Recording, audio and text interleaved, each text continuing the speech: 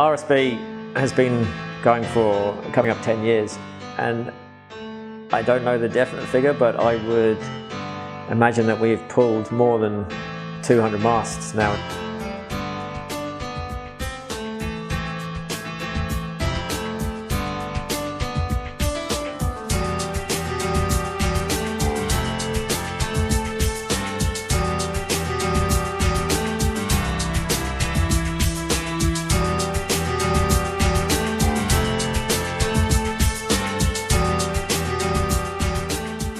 The guys have spent 5 days preparing the boat for the rig pull. We've got it down pretty well. The guys know exactly what they're doing. They know their job, so there's no shouting, there's no running around. Any communications done in a normal way, and any work up the mast is done using headphones and headsets. It's controlled, it's calm, it's as the job should be.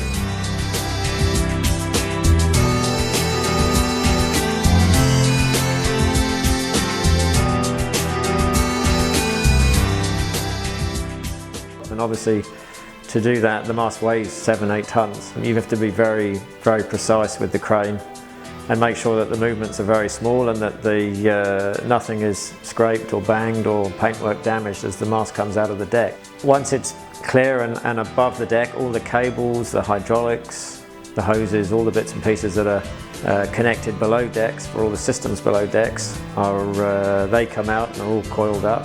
The mast is then taken out away from the boat and placed over onto what's called a butt bar, which is basically a large bar. The second, slightly smaller crane is connected to the bottom of the mast, and the whole mast goes from an upright position to a horizontal position and then gets put down into the trolleys.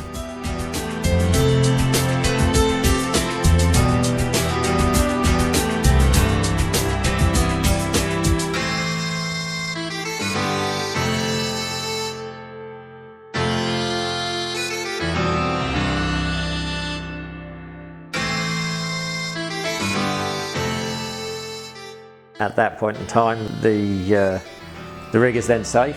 It's chocked in the trolleys or the towers, and then we can disconnect the cranes. And what we try and do as well, using the big cranes, is to take the forestays off at the same time by connecting up a number of slings along the forestay and using all 3 cranes to lift that off and away and onto separate trolleys, so that's done. Because they're big, they're heavy, they're unwieldy, and they're not easy to move around. So if we can do all that on one day, then using the same cranes, then that's a big plus. Then again, you disconnect all the cables, plumbing, hydraulics down below. In this one is in the owner's cabin, and the lift starts again.